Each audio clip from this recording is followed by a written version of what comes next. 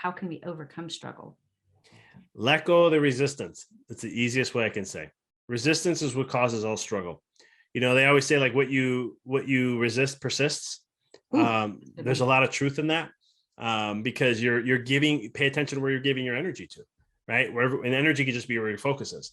And so if you're focusing on that resistance, or you're trying to slow something down, or you don't want to have the rejection, or you don't want to have this, or you don't want to have that, whatever it may be, you're giving your power to that, which is giving it more. It's just like when people say, I'm going to fight cancer, right? A lot of times people say that's a whole hashtag fight cancer, or there's other fancier terms they use. I always look at them like, you're giving energy to cancer. How can you fight your body that it's doing it out of a need, not of a want?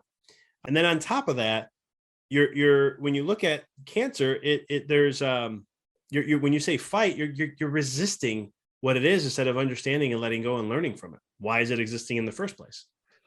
But instead of going there, we get into the fight mode, right? That mental toughness. We get into all of that. This is why I teach a lot of entrepreneurs is like, get rid of your mental toughness, because that's actually holding you back. Because they're like, well, no, you have to be resilient. You got to be able to be strong to handle things. I'm like, yeah, that's a great characteristic to have. Trust me. You're talking to a type A driver personality. I am with you 100% on that, right? Totally there. But I will tell you that if you keep thinking you need mental toughness, then you're going to have things keep showing up in your life to prove, because your brain's going to have to do that. Ego, once you say something like, I need to have mental toughness for X, Y, Z, that's a belief, that's a code. Now, all of a sudden, the brain, the way it works, is going to say, okay, you really value that? You really believe this? Well, now I'm going to have to show this to you in the conscious world, just so you can see that to validate what you believe. So you're creating this whole cycle of that. I always say that when you ask the angels for help, if you're telling the world, I need money, they're going to give you more reasons to need money, because that's what you're asking for. So they're there to help you. It's just, and that's the thing. It's always that, wherever you're, and that's, I think, that like law of attraction, people say it doesn't work. And I'm always like, you're just like when I want something, right? Oh, I want this, or I want that. If you really think about the word want, when you use it, do you use want when you look at something you don't have?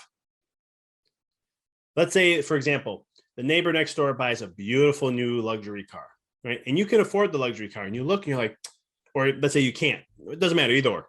And you look and you go, oh, I want that. That's nice. I like that. Well, why all of a sudden are you interested in that? You looked and saw, wait, I don't have that. So the word want, you're always looking, it only comes from what you're lacking. And this was one of the just simple principles like that can change the whole thing. Instead, choose what you want to have, or choose what you want to experience. Sorry. Because that's going to be, then you're coming from a place of power. It's like, hey, I'm in the universal catalog. I like that. That's what I choose to have. That's a cool, I want to have that experience, right? You're just choosing. There's no lack. There's nothing like that. But, even thinking like when you say, I need money, it's always like we're looking outside ourselves. And it's just something we do as humans so much. And we need to learn to take, we don't realize, like a lot of the work I do is just helping people take their power back. Like literally stop putting your power out there and bring it here.